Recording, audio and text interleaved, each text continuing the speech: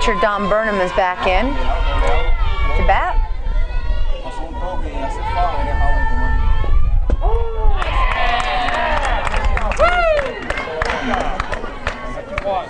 Very interesting call on that pitch, Ed. Did you see it outside, Kelly? It was outside. It was outside. Not the call I would have made. I would have called that a ball. But nonetheless, Burnham strikes out looking on that one. I should have hired you as an umpire. You know, and as a broadcaster. Very diverse. Very diverse. Cara O'Reilly puts it through the left side, but shortstop for the Blue Jays grabs it deep in the hole and guns O'Reilly out at first base. Nice stretch by the first baseman.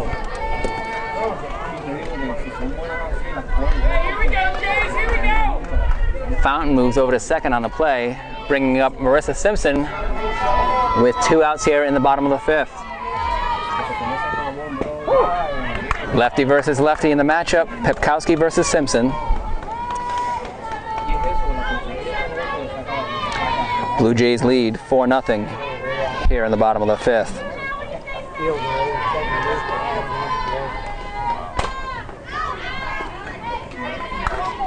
If Simpson gets a hold of this, she could drive the ball pretty far, Ed. So she's a threat to the pitcher. Oh yeah, when you talk about versatile players, she brings it all. She brings speed, she brings power, but with her speed, she's able to put down a bunt and beat it out. Even watching that pitch, I mean, back in the day, I would have definitely swung for that pitch, but I was no Simpson. Lefty or righty? I'm a righty. I'm a righty. That pitch would have been at your head. Pretended to be. Oh yeah. But no, Simpson is a complete player, and you'll see that throughout the season. Pepkowski fields it at the circle and throws it over first for the final out of the 5th.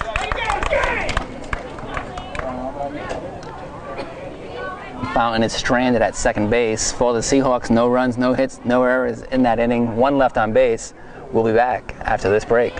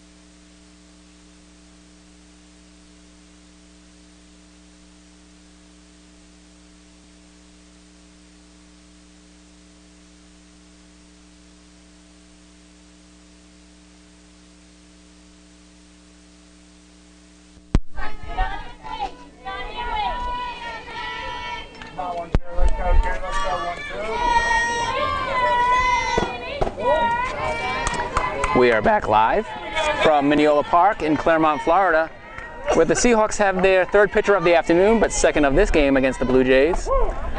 Making her debut appearance is number 33, Kelsey Borman. Borman is from North Dayton, Mass, right over the Rhode Island border. Figueredo fields the first grounder from center fielder Becky Becker. And there you had it. I didn't mean to cut you off, Ed, but I'm just so excited to watch Fountain play first base. The throw was a little high, and Fountain reached up to grab it, pulled it down for that out. So again, real shining star on their first base.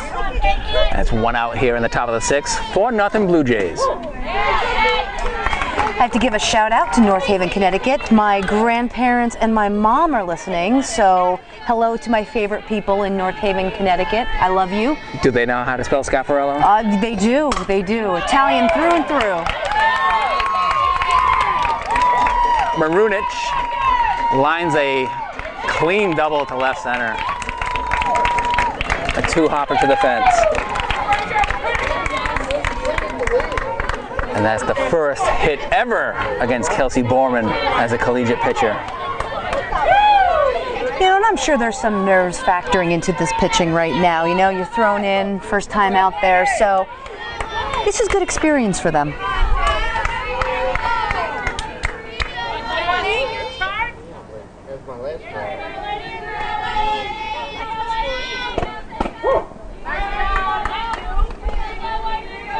Borman gets a strike in there against number 18, White. Jess White is the first baseman for the Blue Jays.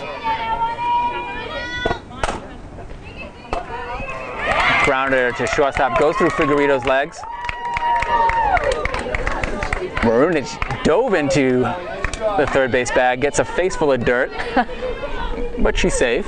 But you know, the dirt is beautiful here. Not like, New England dirt. This is nice, clay-like. So if you're gonna get dirt, let's get the Florida dirt. And it's thick too. It makes an equipment manager, his job or her job, very challenging. Exactly. Borman's pitch coming down. Ball. One out here in the top of the sixth. Runners at the corners for the Blue Jays. White at first, Marunic at third, and Werner at the plate, the shortstop. O'Reilly with a stop at third, has a play at first. Talk about a great stop at third. Here you have this freshman coming in, asking to play, starting third base, makes a great stop, holds the runner at third, throws it to Fountain. Fountain makes a great catch, and there's no harm done with any earned runs. Bases loaded now for Nowacki, third baseman for the Blue Jays. So Borman has a one-out, bases loaded situation she's trying to wiggle out of. And that's going to reach outfield grass. Simpson picks it up off of one hop. She gets the force out at second. So it's a fielder's choice. There's where you can tell, Ed, that the sun is really playing a factor. Usually Simpson would charge that ball, but because of the sun in her eyes, she almost didn't do anything. He was kind of caught in that glare. She played it cautiously, but was able to get an out of it. A run scored on the play, making it 5-0 Elizabethtown. Nowacki gets an RBI. Borman throws a strike there. Sheckard's at the plate, the left fielder for the Blue Jays. Ball's in play into the left center. It's going to reach the fence on a couple of hops. Nelson sends it in back to Fountain. Fountain with the cutoff. It's going to be a two-run double for Sheckard, making the score now 7-0.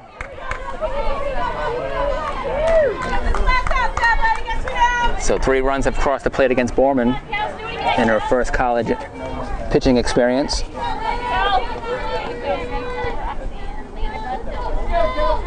Getting ready to face number 9, Brown. Throws a strike right down there. Jenna Adine holding the runner at second.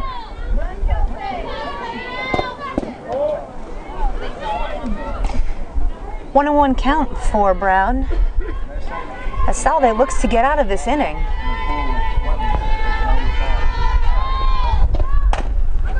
Borman's got her swinging to Figueiredo to first. And Lauren Fountain brings down the high-thrown ball to get the out. They get out of the inning, Ed. After 3 runs come across the plate, the Blue Jays take a 7-0 lead into the bottom of the 7th. Seahawks will bat. We'll be back after this break.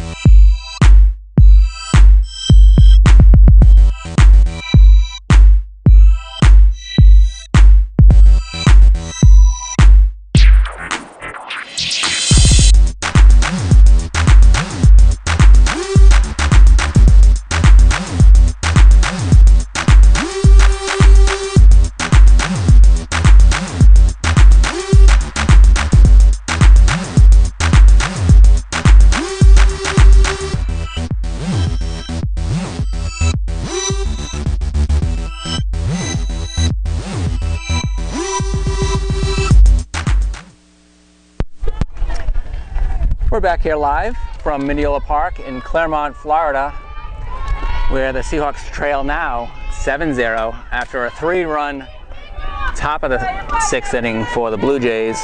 Melissa. Bottom of the 6th for the Seahawks will feature Melissa Figueredo, the top of the order, leading off for Salve. Figueredo just took a swing at that strike. Took a swing at the second strike, so she's 0-2 right now. She's aggressive. Gotta like that. Getting the bat on the ball. Figueredo has struck out swinging and struck out looking in her 2 plate appearances in this afternoon's game. Lays off the high one, thank you. Figueredo, hometown, East Bridgewater, Mass. The same hometown as Coach DiPolito. And she's a social work major. In her 2nd year with the Seahawks. 2-sport athlete, also on the soccer field, which is always nice to see. Soccer program also coached by Coach DiPolito. Swinging strike ball gets away from the catcher, but put out at first base. In the scorebook, that goes K-2-3. I have to say, Elizabethtown pitcher Pepelowski is doing, and I know I just butchered her name. I apologize. See, now if it was Italian, I would know how to say it. Hey, I thought you were supposed to handle anything that ends in a vowel. Oh, I gotta work on that. I gotta brush up on my skills for next game. Lexi Susi flies out to right fielder. The Blue Jays right fielder did a nice job shielding the sun. Captain and senior and second baseman. Number 11, Jenna Adine, steps up to the plate with 2 outs. Jenna has been Jennifer for 3 years until this year in my scorebook. And that was my error because I didn't know she wanted to be known as Jenna. So we made a switch this year. So along with some seniors changing their uniform numbers, Jenna kept the uniform number, just changed her name. And another fun fact is her walk-up song in the season is Jenny from the Block by Jennifer Lopez, otherwise known as J-Lo. Fun fact. Excellent fact. There you go. Yes. I'm gonna come plan with some more tomorrow.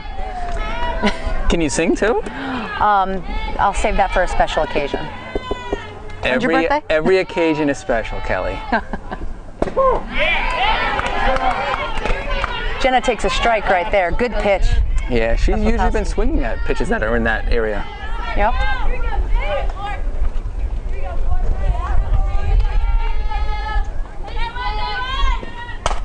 Gets a Puts it in hold of play. It's going to drop there in right center. A single for the senior captain. And that's what we need, and that's what you can expect from Jenna. She is going to make contact, and she's going to be aggressive, and chances are she's going to get on base. Yeah, she's a perfect 2-3 hitter in the lineup. And who better to follow her right now than 21 catcher Jen Benoit? Making a nice day for herself, Ed. Yeah. 3 hits in the first game, and she has 1 in this game, so she's 1 for 2 against the Blue Jays. First pitch swinging, grounded to short. Nice arm over to first base for the final out of the 6th inning. Shortstop made a really nice play out there and a great throw, so... We've seen her on a couple of plays make some great throws, one deep in the hole and now that last one to end this frame. So for the Seahawks in the 6th inning, no runs, 1 hit, no errors, 1 left on base. We'll be back for the top of the 7th after this break.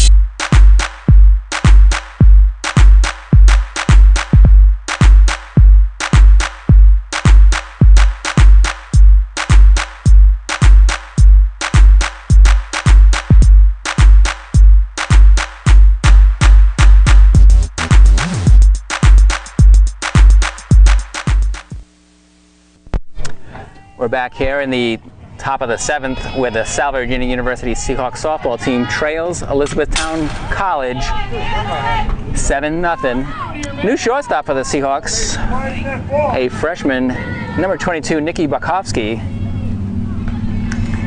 Bakovsky is another fellow Nutmeg State girl, Westport, Connecticut. She's going to get her first action right away. A slow grounder trickles off her glove at shortstop. It's always tough being put right into the game and the ball's right there. It allows Maeve McGill to reach first base safely.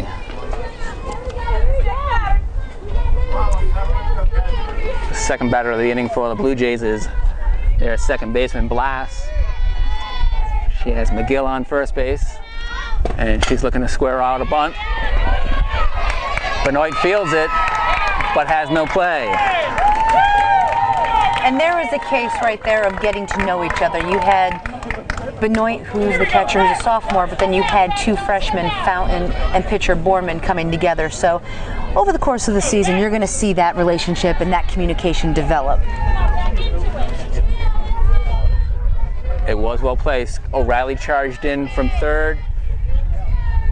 Borman charged in from her pitcher's circle.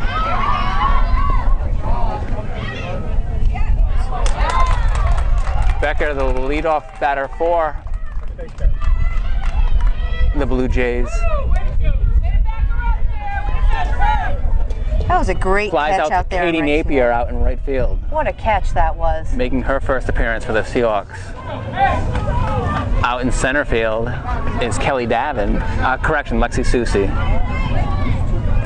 So we had two changes in the field for the Seahawks. Right fielder is Katie Napier, who makes a nice diving catch to retire Becky Betcher. Napier, a Medford, Mass native. No, Borman pitched a strike there. Both runners advanced on the Napier diving catch out there. She did come up gunning, sent her throw to O'Reilly at third, but the runner slid in safely before the tag. It's important to note, Ed, that all infielders, first, shortstop, and third, are freshmen, and only one lone senior on second. So, you know, that's again talks about the communication and the experience and getting to know how each others play. And let's count the pitcher as an infielder too. So Bakovsky over there got to have a shot to make it right, and she made that catch. Yeah.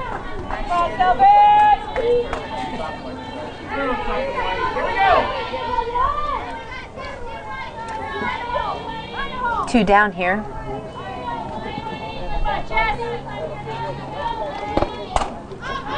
Hop fly up to O'Reilly, makes the catch at third to retire the side. And Ed, we're ready for our last at bat.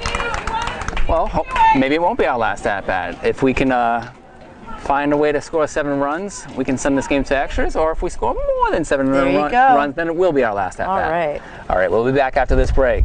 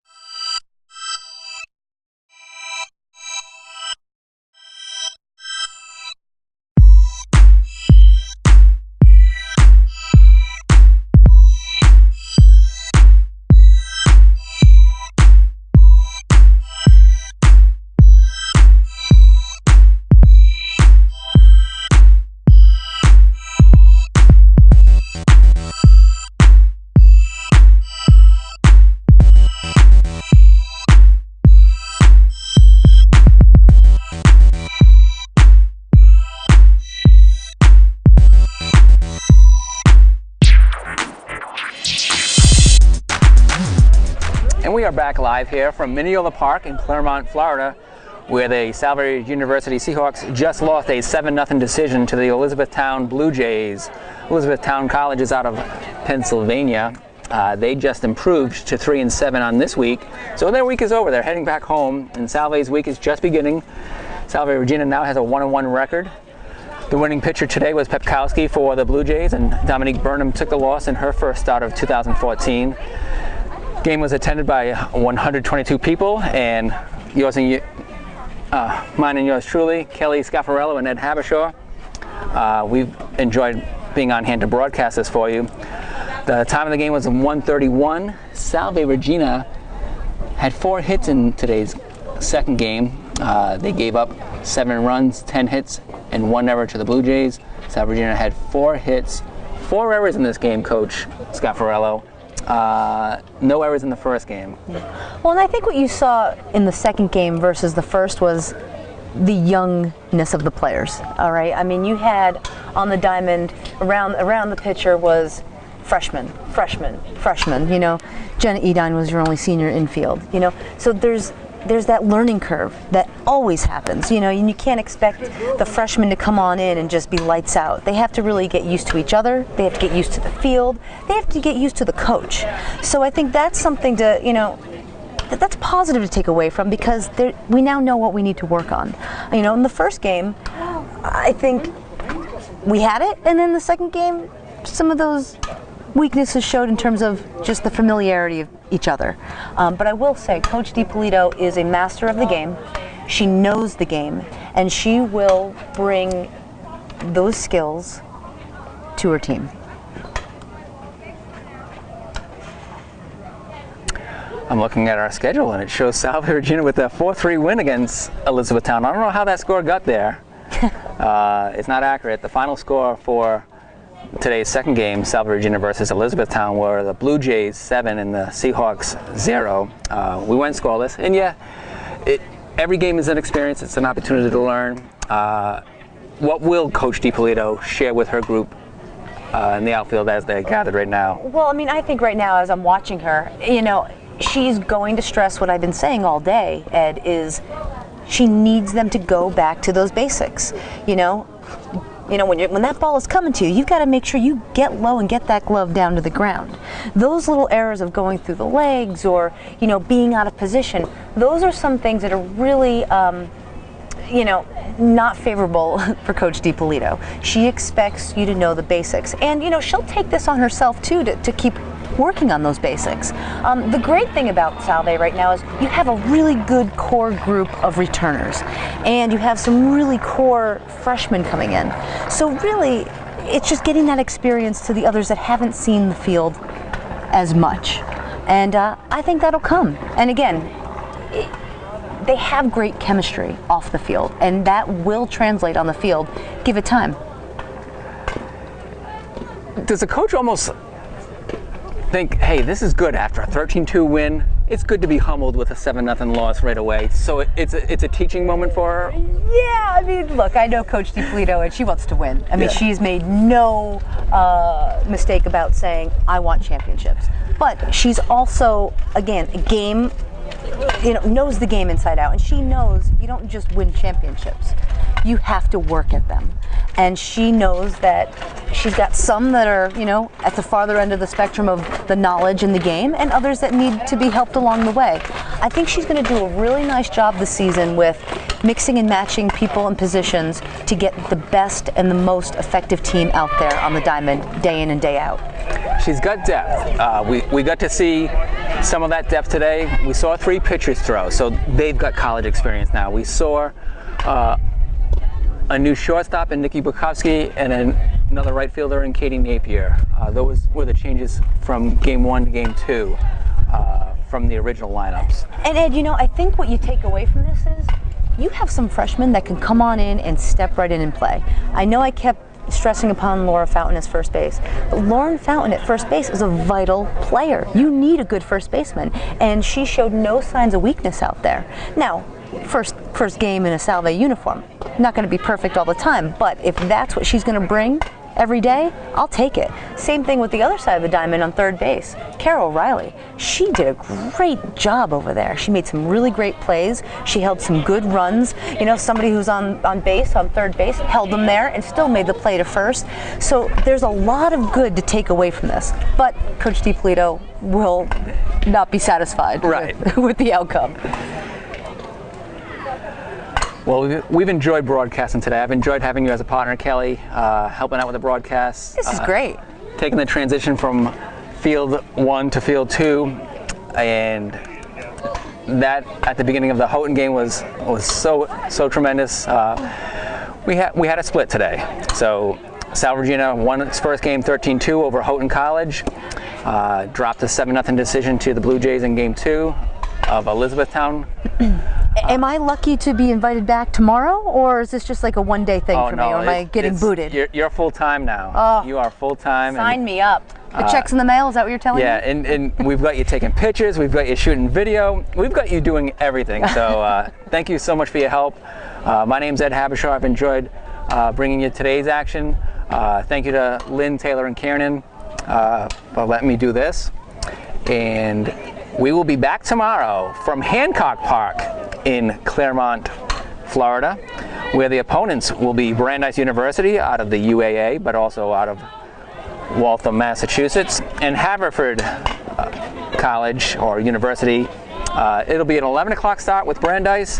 We'll have some time in between, get some food, and then we'll have a 5 o'clock start against Haverford. Both games coming to you live from Hancock Park in Claremont, Florida. So hope you all can join us. Thank you, Kelly Scaffarello. Thank you so much, Ed Habershaw. I look forward to tomorrow, and as always, go Seahawks. One word. Everybody's going to lose an hour tonight. Yes. It is the spring. Turn your clocks ahead. So don't forget to do that. If you're watching this on a recording later, don't do it then. but do it tonight on March 8th. And so tomorrow you wake up on time and you're joining us for our 11 a.m. broadcast with Salve Regina versus Haverford. Have a good day, everybody.